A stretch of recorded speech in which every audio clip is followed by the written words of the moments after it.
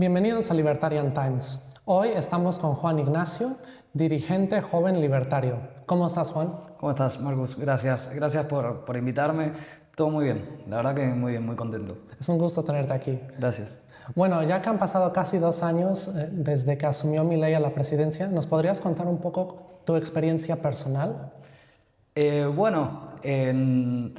Más o menos por el año 2020, ya un poquito antes me había involucrado, pero no quizás tan a fondo. Arrancamos el proyecto de jóvenes, de juventud, y bueno, empezamos mucho con lo que era la batalla cultural. Ya en ese momento entendíamos que la importancia de la batalla cultural era lo que nos iba a dar ese sueño que era muy imposible y que todo el aparato de todos los partidos y todas las opiniones públicas ensobradas nos hacían creer que era un sueño imposible.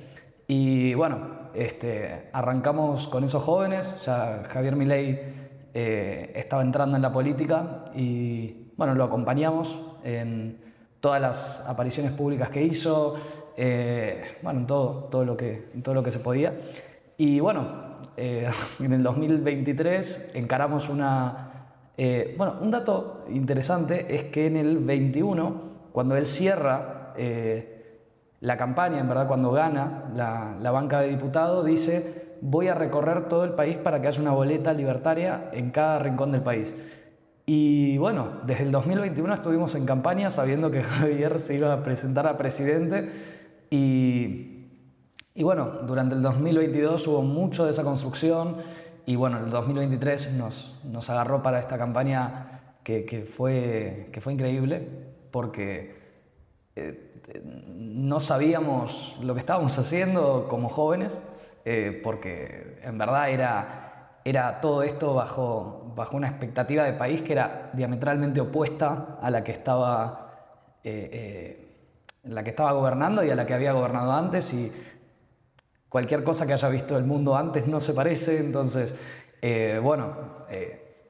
Javier gana con el 56% y bueno, hubo un trabajo después en el que nos metimos inmediatamente después de que Javier gane en noviembre, que fue armar el partido de vuelta porque había habido intentos de generar el partido. Yo estuve en el Partido Libertario antes y ahí fundamos la primera juventud, que fue la Juventud Libertaria, y después, fundamos la Juventud de la Libertad Avanza en fines del 2023, de cara a generar un partido en la ciudad de Buenos Aires y en todo el país, pero bueno, lo que me tocó a mí en la ciudad de Buenos Aires, que representara las ideas del presidente, que le dé la personería jurídica para no depender de ninguna alianza de políticos chantas que le vengan a decir nada ni le pongan condicionamientos. Esa tarea la llevamos a cabo con Karina Milei, con el jefe. Y bueno, nada, acá estamos, dando otra batalla muy distinta a la que alguna vez creo que soñamos dar todos, porque estamos defendiendo y estamos bancando la gestión de un presidente libertario, el primer presidente libertario del mundo. Así que bien, muy contento también de todo lo que empieza a pasar en Argentina, que es un camino durísimo, un camino sinuoso a veces y que pone a prueba la fe de uno, no en el gobierno, sino que en qué es lo que tenemos enfrente. Es decir, son peores de lo que pensábamos, y ahora que son oposición se nota mucho más. Así que en esas. ¿Y cómo comparas el entusiasmo de los jóvenes ahora al respecto al 2023? Yo creo que son entusiasmos distintos. O sea, creo que, a ver, como liberal libertario, en mi caso, o sea, a mí me chocó mucho el día que estuvimos en el Congreso y la jura, y ver diputados, no sé, Bertie Venegas Lynch, que yo lo veía como un referente de las ideas y todo, verlo sentado ahí como un diputado, verlo a Javier en el sillón de Rivadavia como presidente con la bandera. Bueno, todo eso es lo que buscábamos como proyecto que se concretara, y ese entusiasmo creo que fue uno. Y el entusiasmo de hoy es empezar a ver los resultados, que de a poco se empiezan a ver, pensar también en cómo creo que el entusiasmo ahora está muy puesto en las provincias. Yo lo veo mucho en las provincias, hablo mucho con las juventudes de las provincias. Se ve un entusiasmo de que ahora lo local cambie. Y ese es el trabajo en el que nos estamos metiendo todos, desde el apoyo o la militancia a Javier Milei y a las ideas de la libertad, es justamente dar esa pelea en cada distrito al gobierno local, que en algunos casos, en la ciudad de Buenos Aires es el PRO, pero en otros lugares es el peronismo, es el kirchnerismo. Entonces, es volver a esa lógica que tuvimos en el 2023, de decir, bueno, no queremos más esto, no queremos más lo otro, y muchas cosas que facilitarían, por ejemplo, ¿no? Para mí es un hecho que Javier Milei va a ser reelecto.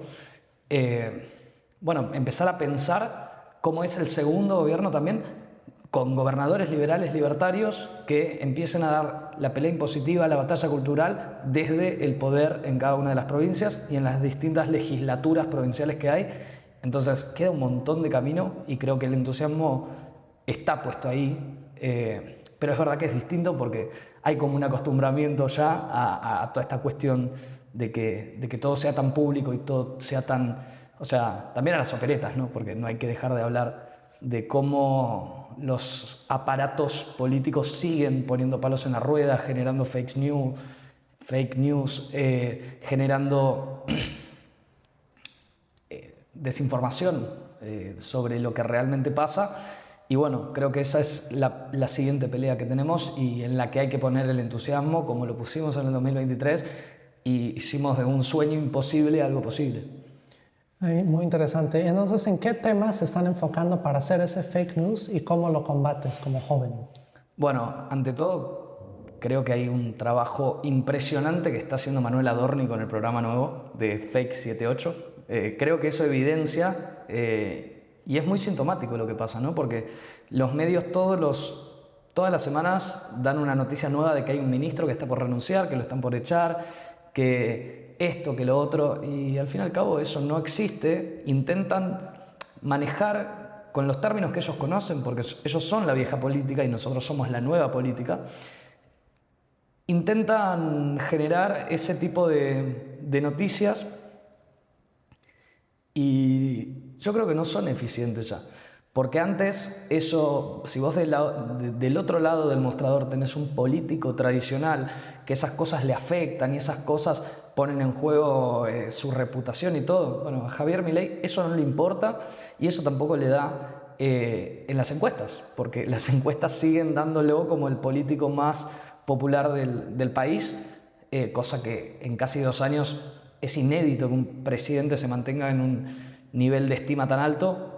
Y bueno, eso no es casual y creo que lo hablábamos en un espacio que dieron ustedes en Twitter hace poco, de cómo es la resistencia de esa casta política y de ese aparato viejo. ¿Por qué? Porque si no pueden ahora, no lo van a poder hacer nunca más, porque es muy difícil ya a 1 año y 7, 8 meses que estamos de gobierno de Milei, 2 que faltan, más la para mí segurísima reelección de Javier Milei, va a ser muy difícil a la larga, porque la democracia es así y va a ir alternando seguramente y tengamos distintas expresiones políticas que lleguen al país en el futuro. Va a ser muy difícil retrotraer al punto en el que estábamos cuando Javier Milei asumió.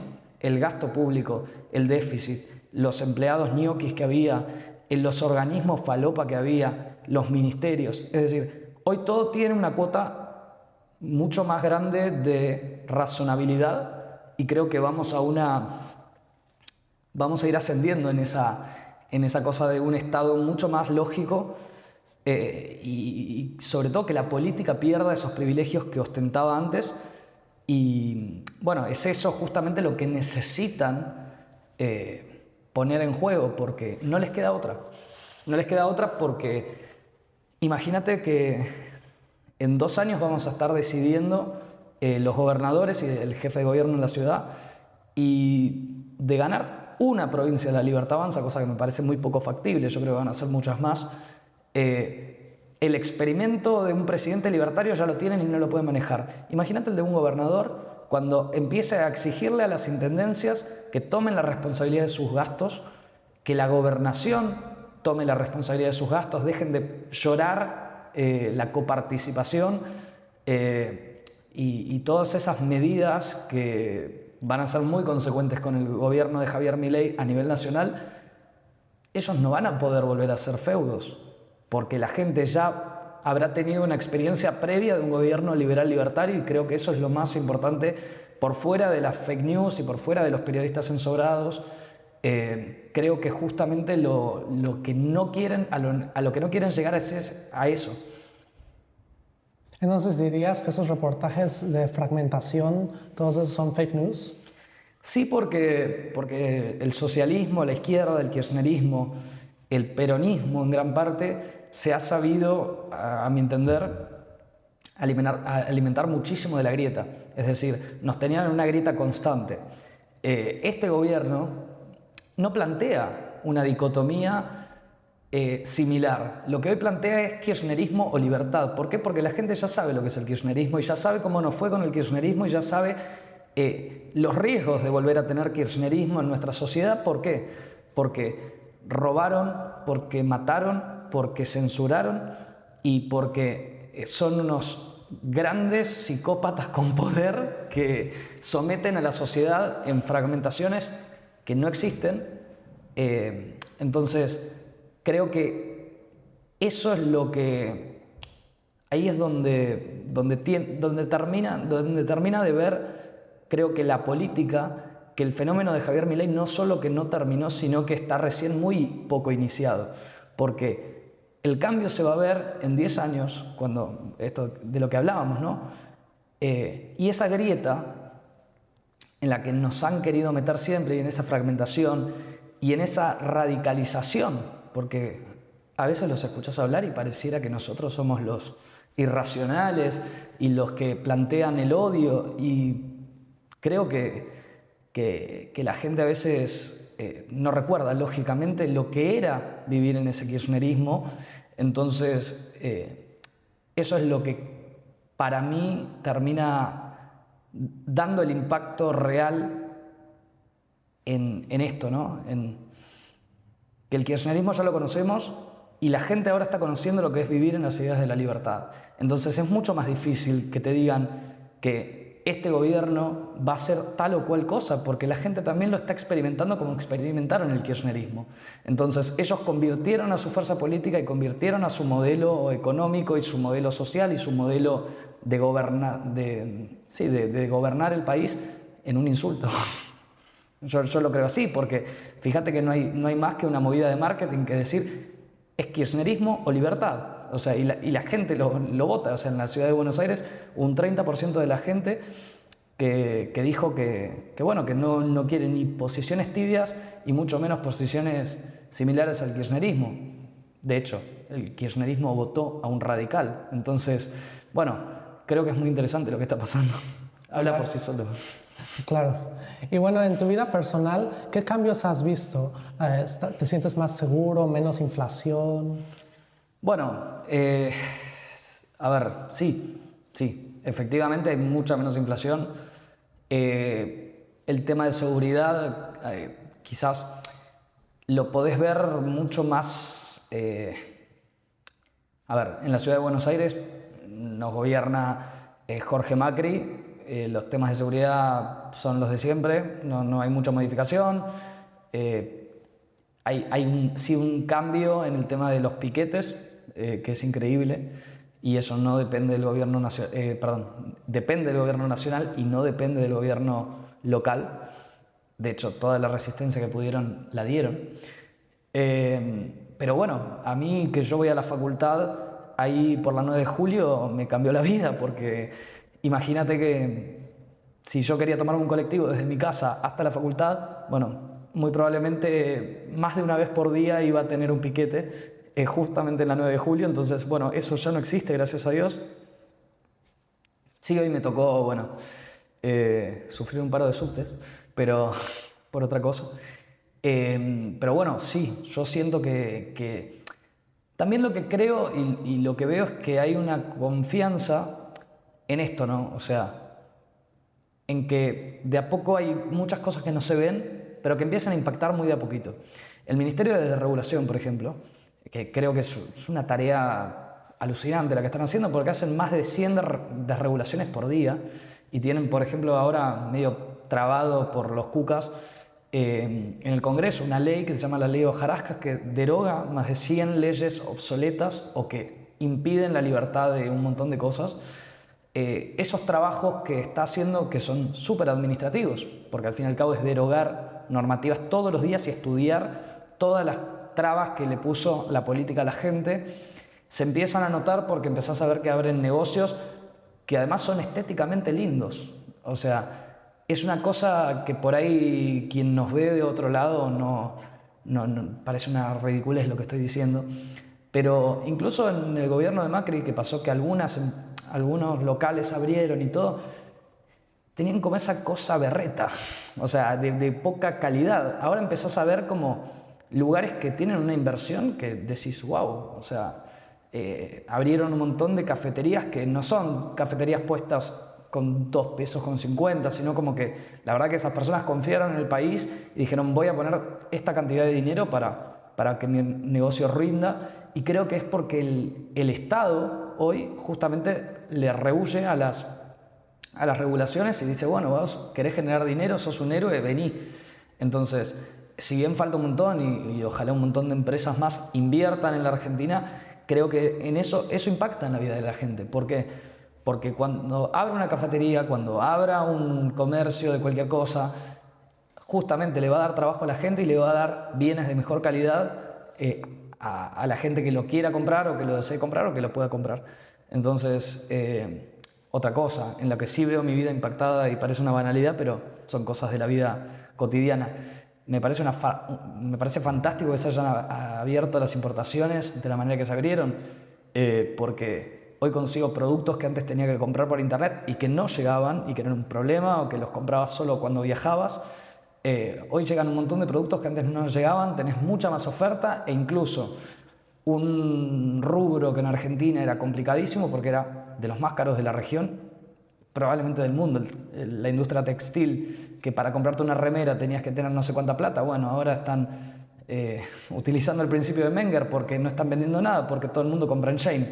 Entonces, eso también empieza como que a reordenar el tablero y te pone en una situación distinta como consumidor, que me parece interesantísima, que es exactamente la que votamos y exactamente la que mucha gente que conozco, que incluso no votó a Milei ni lo quiere a Milei, está disfrutando, porque hoy seguramente los muchachos de la izquierda y los muchachos del peronismo deben estar también comprándose ropa en Shein o en cualquier aplicación de ropa china, de ropa de afuera. O sea, creo que esas cosas impactan mucho sobre la vida de la gente y está bueno que así sea porque a cuanta más oferta tengamos, también más libres vamos a ser, porque al fin y al cabo, antes hay algo que me acuerdo mucho, cuando era chico, siempre fui muy fanático de la tecnología y me gustaba cambiar el teléfono bastante seguido, y hubo un momento que yo tenía solo 4 teléfonos para elegir.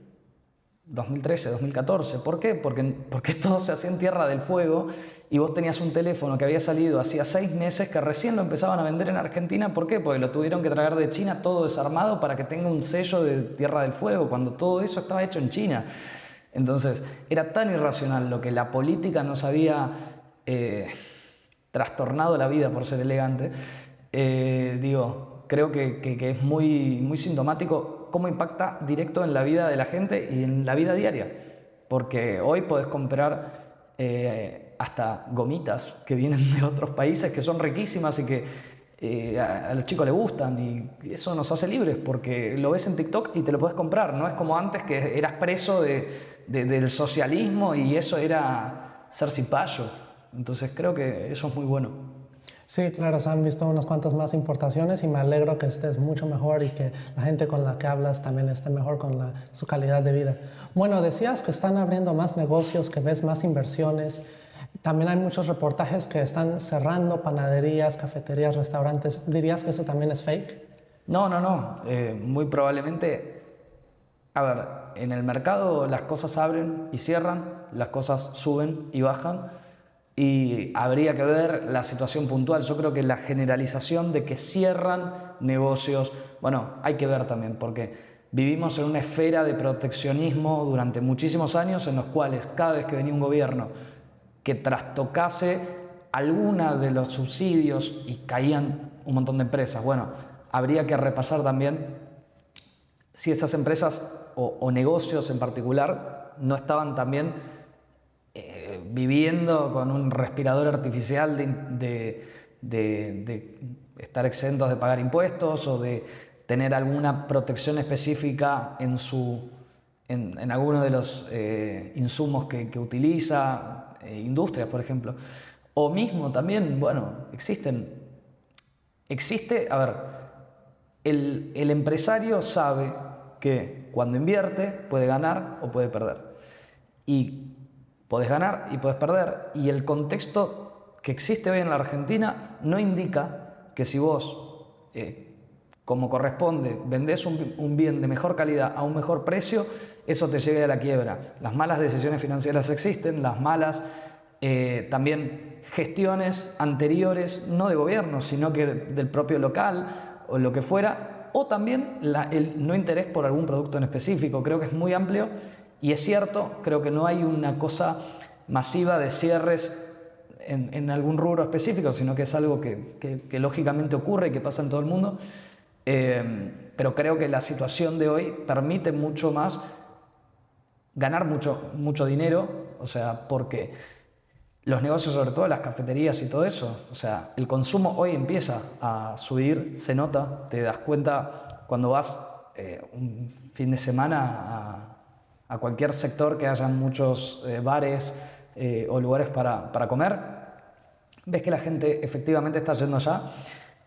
También yo hablo mucho con conductores de Uber y mucha gente está tomando Ubers.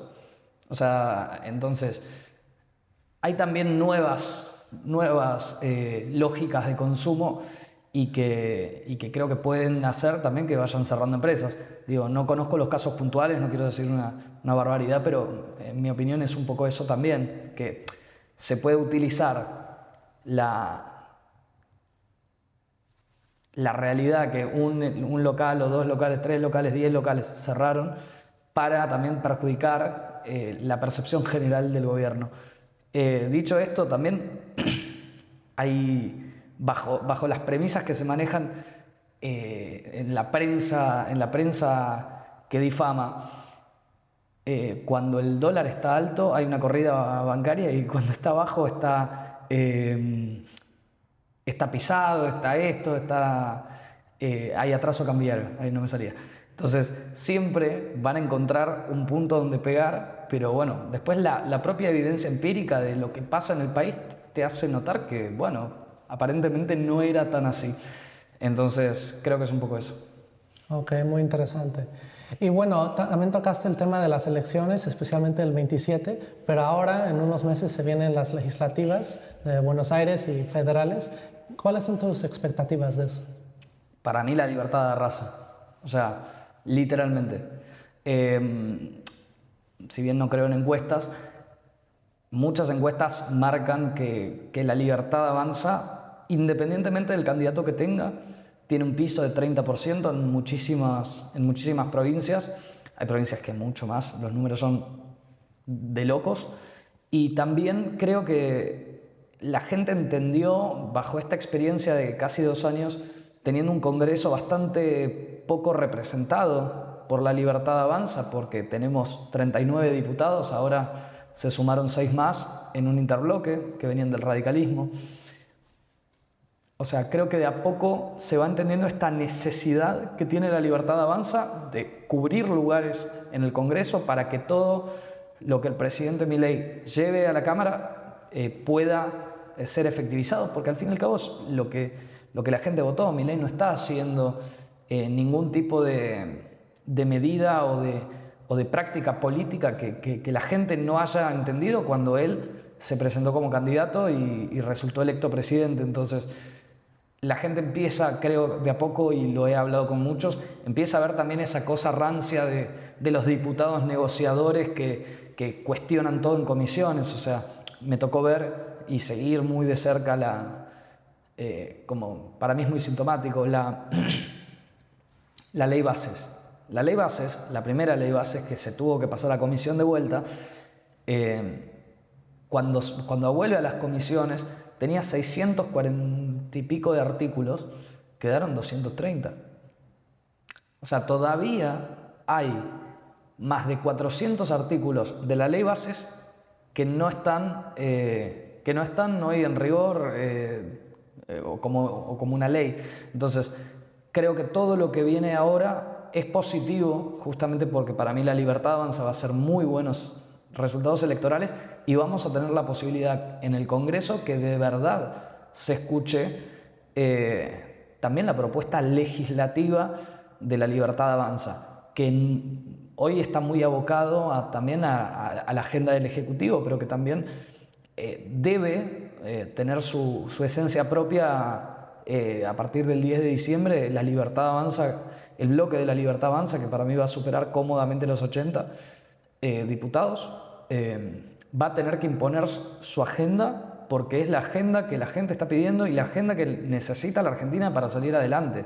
No hay otra manera, hay que desregular un montón de cuestiones, tenemos que seguir, o sea, dando esa pelea que es cultural, pero que después traspasa al bolsillo, porque digo, si nosotros empezamos a cuestionar los impuestos, pero tenemos gobernadores que gastan mucha plata, tenemos diputados que no te dejan pasar las leyes, la baja de impuestos va a seguir demorándose, porque efectivamente no tenés un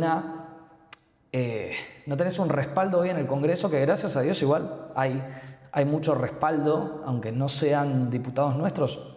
A ver, los vetos se han podido sostener, digo, hay algunas cosas que empiezan a mostrarte que la propia realidad de sectores radicales dicen, bueno, no, en esto tengo que apoyar a Milei porque no puedo no apoyarlo, porque si no es votar con los kirchneristas.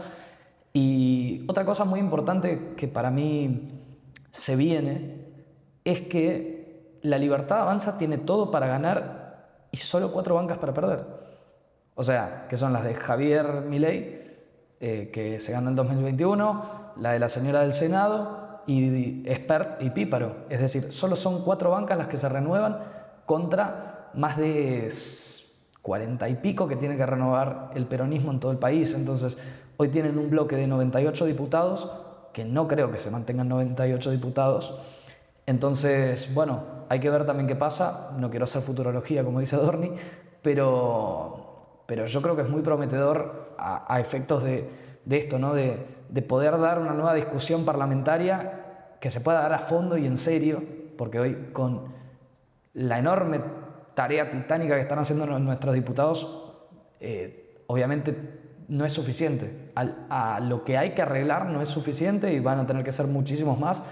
Y creo que también ahora en la provincia de Buenos Aires, en la próxima elección, también va a pasar algo muy similar. O sea, la gente ya entendió cuál es el modelo y puede tener sus reparos, pero a gran escala es corrupción versus sinceramiento, es producción versus subsidios.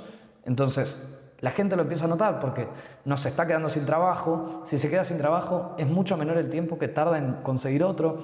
La remuneración de a poco se va acomodando. Entonces, todo está empezando a salir y por eso es tan importante que la gente vaya a votar a la Libertad Avanza en octubre y primero en septiembre si es de la provincia de Buenos Aires. Excelente. Bueno, creo que ese es un momento perfecto para concluir la entrevista. Te agradezco muchísimo, Juan Ignacio. Y muchas gracias a todos los que estuvieron acá viéndonos. No olviden seguir nuestros canales. Muchas gracias.